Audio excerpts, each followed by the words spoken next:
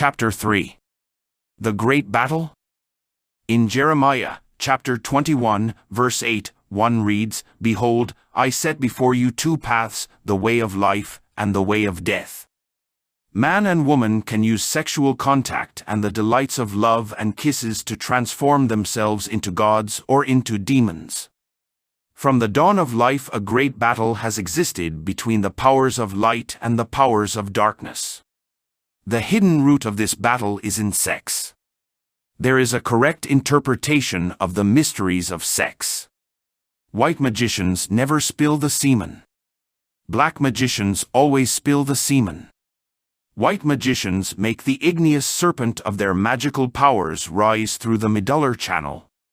Black magicians make the snake descend toward the atomic infernos of man. Gods and demons live in eternal struggle. The gods defend the doctrine of chastity. The demons hate chastity. The root of conflict between gods and demons is in sex. The great battle takes place in the astral light. The astral light is the depository of all the past, present and future forms of great nature. The astral light is the azoth and magnesia of the ancient alchemists, the flying dragon of Medea, INRI of the Christians, the tarot of the Bohemians. The astral light is the terrible sexual fire issuing from the nimbus of the sun and bound to the earth by gravity and the weight of the atmosphere. It is the sun which attracts and repels that enchanting and delicious light. The astral light is the lever of Archimedes. The old sage said, "Give me one point of support and I shall move the universe." The semen is the astral liquid of man. In the semen is the astral light. The semen is the key of all powers and the key to all empires. The astral light has two poles, one positive, the other negative. The ascending serpent is positive. The descending serpent is negative. When it rises, it is the serpent of bronze that healed the Israelites in the desert. When it descends, it is the tempting serpent of Eden. When we know how to adore and to kiss with infinite tenderness and supreme chastity, the serpent rises. When we ardently enjoy lust and spill the cup, the serpent becomes drunk with madness and is precipitated towards the atomic infernos of man. The beings who adore each other live in the region of the light. The souls who become drunk with the chalice of lust, and who after having become drunk spill the cup, live in the region of darkness. These souls are consumed in the fire of their own lust. The earth is ruled by Christ and Yahweh, who live in eternal struggle. Christ is the chief of the gods. Yahweh is the chief of the demons. Yahweh is that extremely perverse demon who tempted Christ on the mountain and tempting him, said, "Itababo. All these things, kingdoms of the world, will I give thee, if thou wilt fall down and worship me." Then saith Jesus unto him, "Get thee hence, Satan, for it is written, Thou shalt worship the Lord thy God, and him only shalt thou serve." Yahweh is a fallen angel who is extremely perverse. Yahweh is the genius of evil. Christ is the chief of the great white lodge, and Yahweh, his antithesis, is the chief of the great black lodge. The powers of light and darkness live in eternal struggle, and the roots of this struggle are in the sex. The semen is the battleground. In the semen the angels and demons fight to the death. The backbone of the great conflict between angels and demons is sex. The problem is there. The root of all white and black doctrines is there. Christ has his plan of action. Yahweh has his.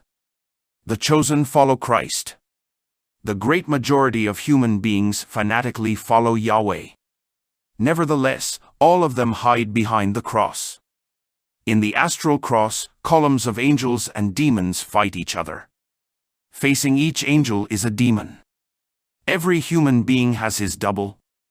We have here one of the mysteries of the twin souls. The Lamas say that Devdatta was the brother and rival of Buddha. He is the king of the inferno. In everything, the doubles resemble one another. The doubles are analogous, they have the same tendencies, but with the differences of the analogies of opposites.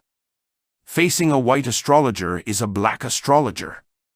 If a master teaches white sexual magic, his double will teach black sexual magic. The doubles are similar in everything, but they are antithetical.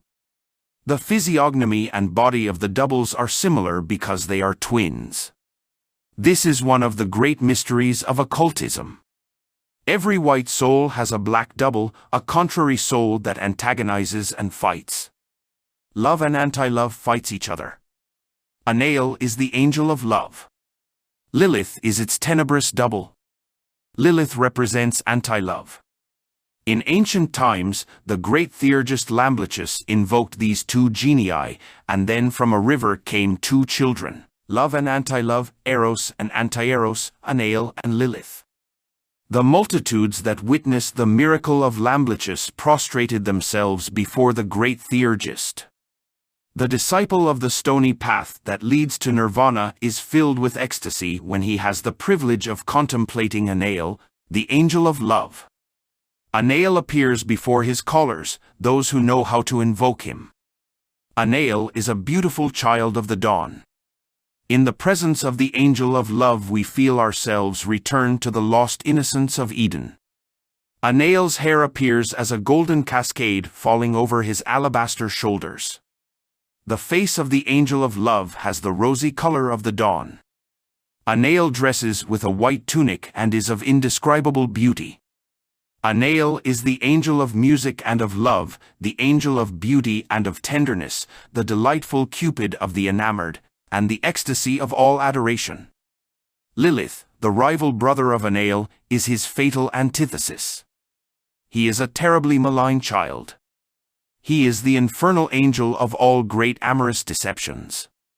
He is a monarch of the atomic infernos of man. Lilith cannot withstand the look of the angel of love, but he is the shadow of that angel. Lilith has the presence of a terribly malign child. Lilith's hair is untidy and discolored, his face is malicious, and his tunic of black and blue tells us quite clearly of a world of cruelty and bitterness. Samael represents the positive ray of Venus. Lilith represents the negative ray of Venus.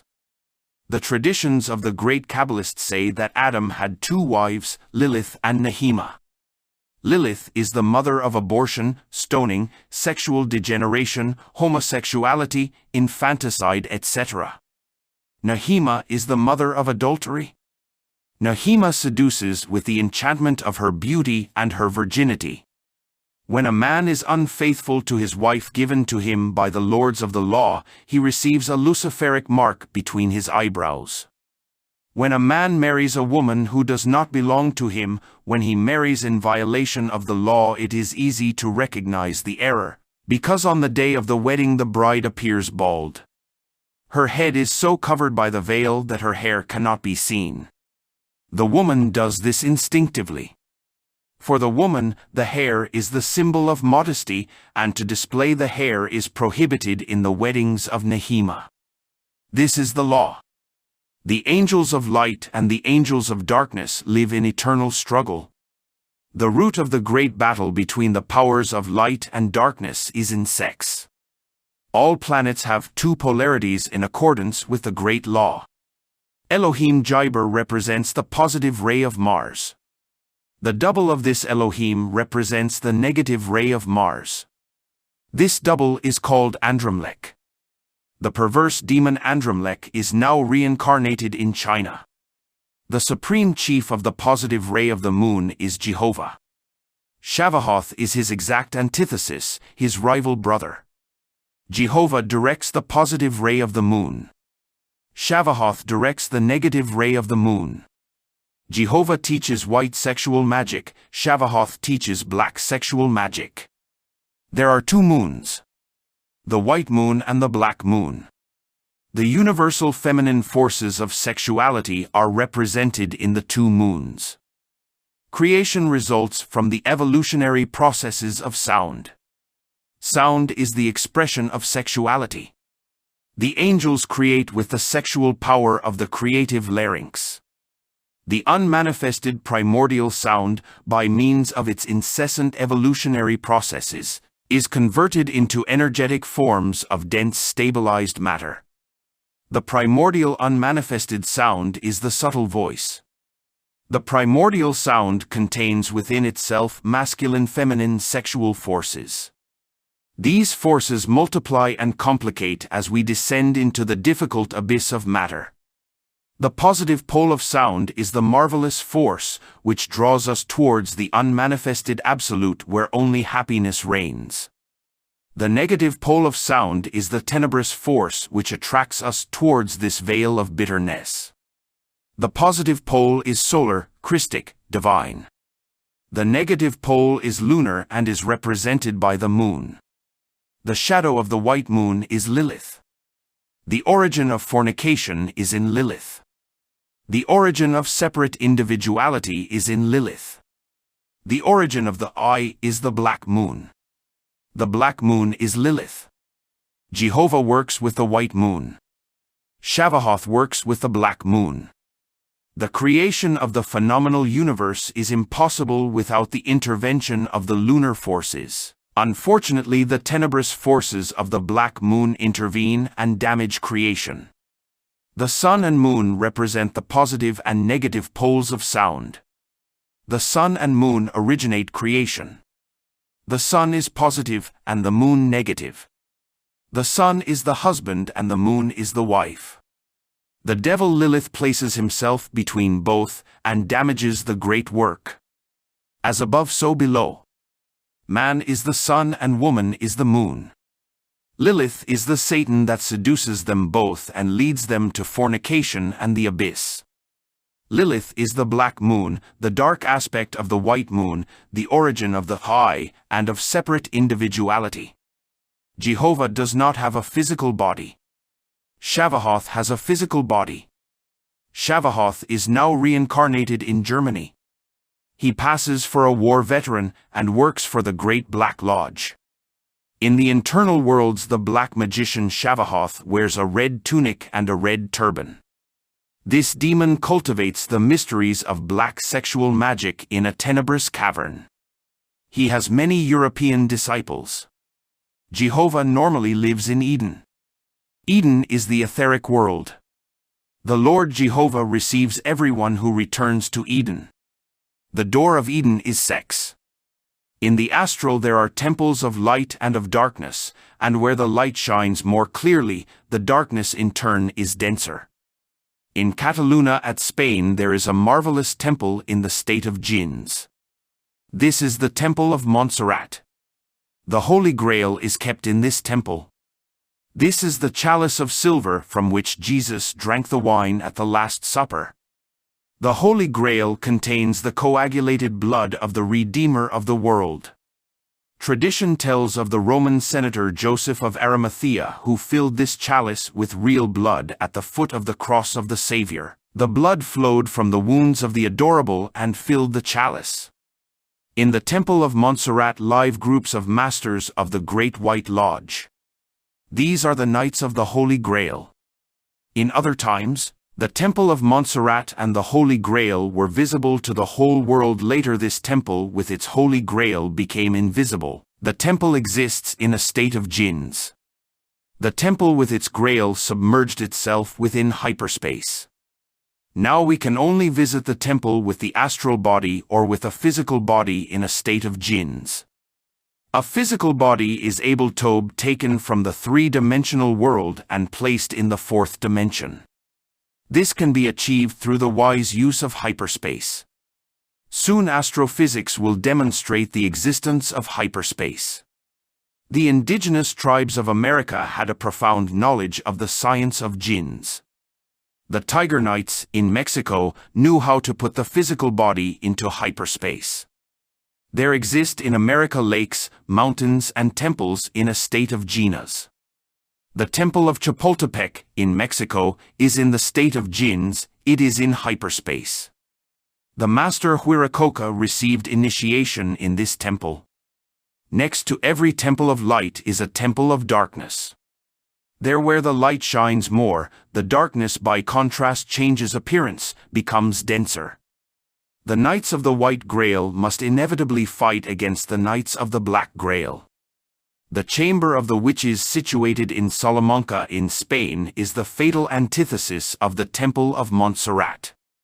Let us study this curious analogy of opposites. The Temple of the White Grail is a splendid monastery of the Great Light. The Temple of Salamanca is a splendid monastery of darkness. The Monastery of Montserrat has 2 floors. The Chamber of Witchcraft also has 2 floors. The Temple of Montserrat is encircled by beautiful and sweet gardens. The Chamber of Witchcraft is also encircled by romantic gardens, where every flower exudes a halitus of death. Both edifices are splendid. In both places truth and justice are well spoken of. Order and culture rule in both temples. Sanctity and love are spoken of in both temples. This will surprise the reader, and he will ask himself, how is it possible that sanctity and love are spoken of in the temples of evil? Please, dear reader, do not be disconcerted. Remember, brethren, that the Knights of the Black Grail are wolves dressed in sheep's clothing. The adepts of the left hand like to ejaculate their cryptic semen, that is why they are black magicians. Their philosophy is the philosophy of fatality. All that is good, for them is evil. All that is evil, for them is good. For them the doctrine of Yahweh is divine.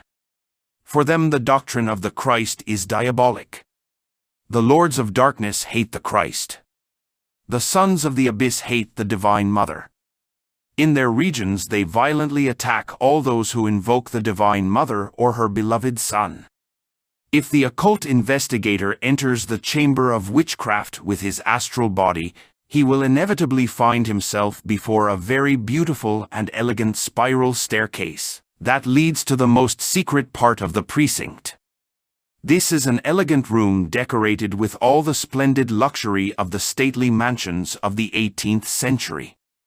There glitter the mirrors of the 1001 Nights, the magic carpets, and all the malign beauty of Nehema. The governor of that fatal mansion is Don Ramon Rubifero, distinguished Knight of the Black Grail, horrible demon of darkness. Those disciples who visit the chamber of witchcraft are unfortunate. The fatal beauty of Nehema will seduce them with the delicious magic of her charms. Then they will fall headlong into the abyss, where only weeping and the gnashing of teeth are heard. For them it would have been better not to be born, or to have had a millstone tied around their necks and been thrown to the bottom of the sea. The glory of the chalice of silver with the blood of the Redeemer of the world shines in the Temple of Montserrat. In the Temple of Salamanca shines the darkness of the Black Grail. Cosmic festivals are celebrated in the Temple of Montserrat. In the Temple of Salamanca, profane dances and disgusting witches' sabbaths are celebrated. The Knights of the Holy Grail adore Christ and the Divine Mother. The Knights of the Black Grail adore Yahweh and the fatal shadow of great nature. This shadow is called Santa Maria. The kingdom of Santa Maria is the abyss. The great battle between the powers of light and darkness is as ancient as eternity. The backbone of the great battle is sex. The white magicians want the serpent to rise. The black magicians want the serpent to descend. The white magicians follow the path of the perfect matrimony. The black magicians love adultery and fornication. There are masters of the Great White Lodge. There are masters of the Great Black Lodge. There are disciples of the Great White Lodge. There are disciples of the Great Black Lodge. The disciples of the Great White Lodge know how to move consciously and positively in the astral body. The disciples of the Great Black Lodge also know how to travel in the astral body. During childhood we all hear many stories about witches and fairies. Our grandmothers always told us tales of witches climbing onto their brooms at midnight and traveling through the clouds. Although this appears incredible to many students of occultism, theosophy, Rosicrucianism, etc., And these witches really exist. They do not ride on brooms as our grandmothers believed, but they do know how to travel through the air. These so-called witches travel with their body of flesh and bone through space. They know how to take advantage of hyperspace to transport themselves from one place to another with their physical bodies. Soon astrophysics will discover the existence of hyperspace. This can be demonstrated with hypergeometry. When a body is submerged in hyperspace, it is said to have entered a state of jhanas. Every body in the state of jhanas escapes from the law of gravity. Then it floats in hyperspace. There exists volume and hypervolume. The so-called witches move within the hypervolume of the curved space in which we live. The curvature of space does not pertain exclusively to the planet Earth. The curvature of space corresponds to the infinite star-filled heavens. If cyclones themselves constitute a proof of terrestrial rotational movement, it is also very certain and precisely logical that the rotation of all suns, constellations and worlds is a concrete proof of the curvature of space. The white magicians also know how to place the physical body in the state of jhanas. Jesus walked on the waters of the Sea of Galilee by making intelligent use of hyperspace. The disciples of Buddha, making use of hyperspace, were able to pass through a rock from one side to the other. In India there are yogis who, by using hyperspace, can pass through fire without being burned. Peter, utilizing hyperspace, escaped from prison and saved himself from the death penalty. The great yogi Patanjali states in his aphorisms that practicing a sannyasa on the physical body, it becomes as cotton and can float on air. A sannyasa consists of 3 parts: concentration, meditation, and ecstasy. First, the yogi concentrates on his physical body. Second, he meditates on his physical body, inducing sleep. Third, full of ecstasy, he gets up from his bed with his body in the state of jhanas. Then, he enters hyperspace and, escaping from the law of gravity, he floats in the air. The devotees of Santa Maria, witches and warlocks, do the same thing with the formulas of black magic. White magicians penetrate within a superior type of dimension with their bodies in a state of jhanas. Black magicians enter an inferior type of dimension with their physical bodies in a state of jhanas. These magicians of the shadow believe that in this way they mix the solar and lunar atoms to awaken Kundalini. The result is that the spinal fires, instead of rising through the medullary channel, descend toward the atomic infernos of man and are converted into the tail of Satan. White magicians mix the solar and lunar atoms within the same sexual laboratory, but without committing the crime of spilling the seminal fluid. In this way they awaken Kundalini positively and it rises victoriously through the medullary channel. This is the angelic path. The white magician aspires to the angelic state. The lords of the dark countenance want to achieve the grade of anagarika. The souls who follow the path of the perfect matrimony fuse with their internal God and rise to the kingdom of the Superman. The souls who hate the path of the perfect matrimony divorce themselves from their internal God and submerge in the abyss. The white magician makes the sexual energy rise within the 2 sympathetic cords of the spine. These 2 cords are intertwined in the medulla, forming the sacred 8. These are the 2 witnesses of the apocalypse. Fill your chalice, brother, with the sacred wine of light. Remember that the chalice is the brain. You need the vision of the eagle and the igneous wings. The tenebrous struggle to take you from the real path. Know that the 3 worst dangers that threaten the student are the mediums of spiritualism, the false prophets and prophetesses, and sexual temptations. This is the path of the razor's edge. This path is full of dangers, both within and without. Live alert and vigilant as the watchman in wartime. Do not be surprised by those who consider sex as a purely animal function without any kind of spiritual transcendence. Commonly, the false prophets hate sex and teach novel doctrines that surprise the weak, and which after fascinating them lead them to the abyss. Do not be confused by the false words of the tenebrous. Remember that the spiritualist mediums usually serve as a vehicle for black entities. They introduce themselves presuming sanctity and counsel against the path of the perfect matrimony. Usually, they affirm that they are Jesus Christ or Buddha, etc., to deceive the ingenuous. Be careful of the temptations that lie in wait for you. Be prudent and vigilant. Remember that in sex one finds the great battle between the powers of light and of darkness. Everyone who enters the path of perfect matrimony must be very careful of these three very grave dangers.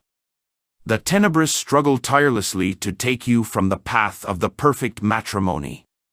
Do not let yourself be seduced by those sublime doctrines which advise the spilling of semen because they are black magic.